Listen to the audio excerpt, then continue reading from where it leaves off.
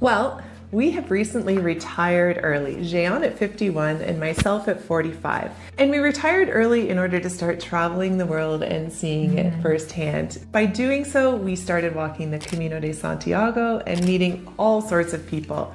Those people inevitably asked us one question: how in the world could you retire so early and begin traveling? So today we want to go over the 5 things that we believe are reasons why we were able to retire early. Start right away. The first one is to invest early. And this is what we have done. At that time, we haven't even met each other, but this is what we always did initially in our careers. We usually call ourselves hybrid investors, meaning that we do have investments in real estate, on dividends, and also on ETFs. So this is one of the things that we have done. Yeah, and the other really important thing I think is, even though we didn't really realize it at the beginning, if your employer offers you pension plans, matching programs, things like that, really take advantage of those. I was investing into my pension plan at work, not even really thinking about the fact that I was investing into my future, but those are really important, as well as taking advantage of all of those wonderful retirement accounts that the government gives you. Here in Canada, RSPs, TFSAs, THS, whatever that new one is, the home savings. First time home saving buyer's plan or something. All of those, right? Take advantage, and in the US and other countries, you have them as well. So make sure you're taking advantage of your pension, any pension matching programs, and any retirement accounts that your government provides for you. It's really important. Yes, the second point, I'm gonna go back in a few years, back in 2019 when I met Christine, and I knew that she was gonna be the one, and then, okay, let's talk about finances. At that time, we had around $60,000 in consumer debt, and this is the second topic that I wanted to bring to your attention, which is don't hold any bad debt. Yeah, consumer debt is bad debt. In my case, consumer debt was trips that I was putting on credit cards and not paying off, or just paying minimum balances, never paying in full. Consume like wine of the month club, subscriptions, things like this. These are unnecessary things in your life. And if you're holding them on a credit card, it's costing you far more than the actual item ever would. So bad debt is credit card debt or consumer related debt. We're not talking about a mortgage on a house. No, which is something that we can discuss in another video. That's good debt in our opinion. Let's go back to point number 3, which is living below your means. I think that this is something that we've done quite well. When I met Christine, she already had a house with both of our salaries. By the time that we were able to kind of clean the $60,000 in consumer debt, we knew that we had to take one step further.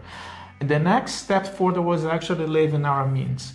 With both of our salaries, I was able to use all the money that I was receiving and I was investing, and we were using Christine's salary for ourselves. Yeah, we just lived on the one salary.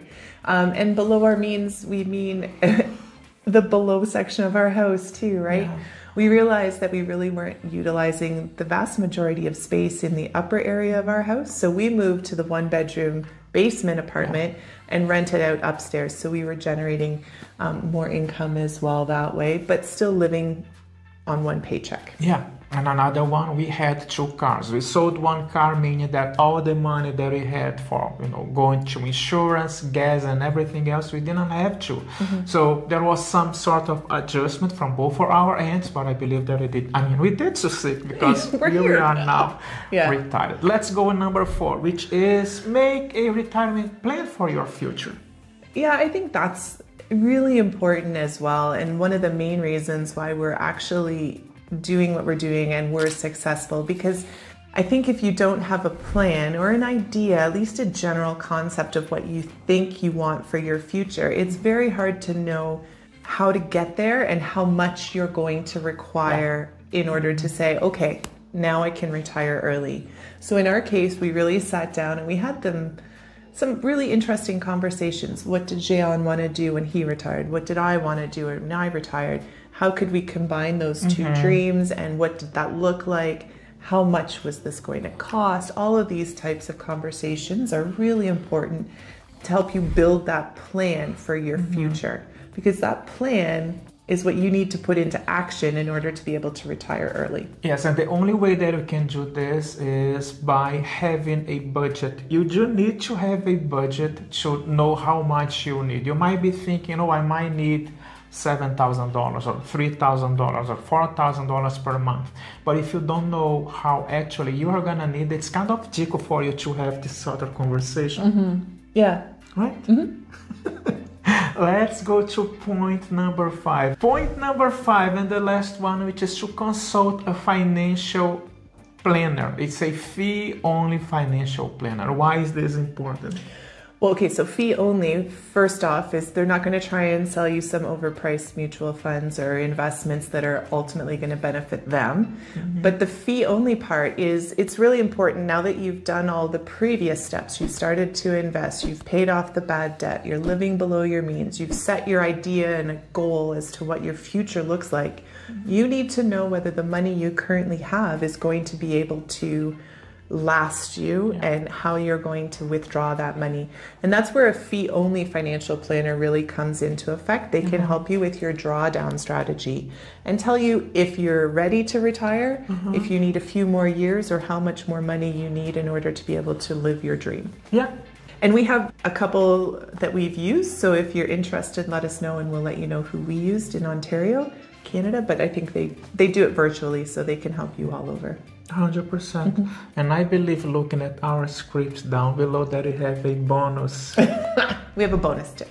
Yeah, the bonus tip is to create passive income streams. So in our case, for example, we have the dividend income that we're getting from our investments. We have rental income from a condo that we have in Brazil.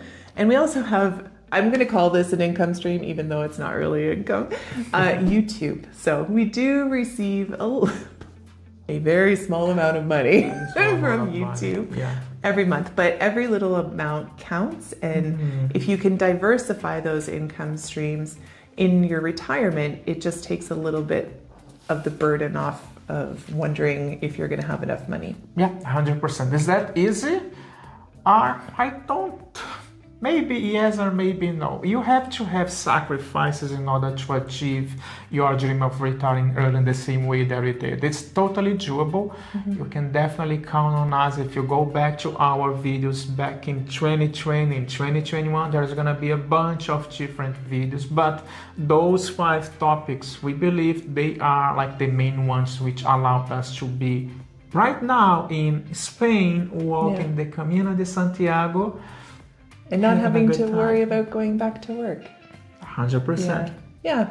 In my opinion, I think the biggest takeaway for me was learning delayed gratification. So I had been so used to just going out, and this goes back to the consumer debt, and buying whatever I wanted, whenever I wanted, regardless of whether I could pay it off in full or not. So learning delayed gratification. If I wanted a trip, okay, well, we can still go on the trip, but let's work towards saving for that trip. And how are we going to break it down so that it's going to work out in our favor? Yeah, going back to the initial years of our channel, we thought that we were going to retire in 2028, and then we always had, this bar, is it going to be 2028 or 2024? Here we are in 2024, retired, but your plan is going to change no matter what. If you are waiting for the right moment to be, this is like the perfect plan, it might not change. Even us going, in having our plan now, we thought that $40,000 per year was going to be enough. It was not enough.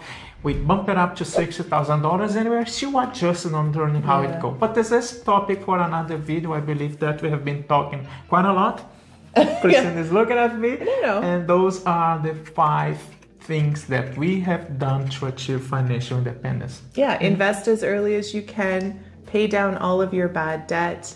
What was number 3? Live below your means. Live below your means. Build a picture of your future and what you want it to be, and then have somebody help you decide whether it's a good time for you to execute that plan. That sounds lovely. Thank you very much. We hope that you're well. We hope that you're safe, and we'll see you in our next video. Take care, guys. Bye.